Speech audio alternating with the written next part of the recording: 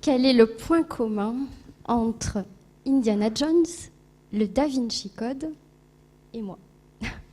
Des aventures liées à des objets et à des inscriptions. Si je ne chasse pas des reliques, je chasse ce qui les contient, des reliquaires, en particulier s'ils portent des inscriptions et qui sont exposés dans des musées. Mon terrain, c'est la petite ville de Gérone, dans le nord de l'Espagne, en Catalogne. Mon univers, ce sont les rayonnages de bibliothèques, les vitrines de musées, l'or, l'argent, les émaux, le bois, la pierre, toutes sortes de mobilier qui portent donc des inscriptions. Pourquoi ? Eh bien parce que si j'adore tout ce qui est objet et tout ce qui est écriture, il se trouve que les objets qui sont dans les musées ne sont pas tous étudiés. Et j'ai ainsi pu découvrir des choses complètement inédites. Curieusement, comme cet objet qui est derrière moi, qui a une inscription qui serait peut-être en allemand médiéval.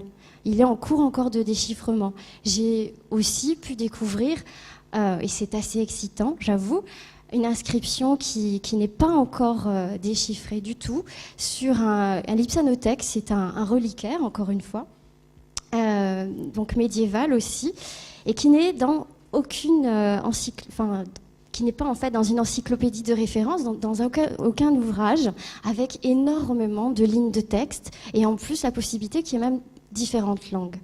Alors l'objet, donc on va mener finalement des enquêtes, et tous les objets ont des histoires à nous raconter, et en même temps sont des reflets de la grande histoire. Alors il y a pas mal d'exemples, je vais vous dire comme ça, un objet pour marquer le pain du XIIIe siècle, qui est d'une communauté juive et qui est écrit en arabe. Donc ça, par exemple, ça va nous montrer que certains juifs étaient arabophones. Des fois, ça permet de casser un peu des préjugés, de donner des petits témoignages qui vont être plus tangibles que des textes papier. On a aussi un retable d'argent qui est du XIVe, donc déjà fin du Moyen-Âge, dans la cathédrale de Gérone, où on a une inscription en catalan.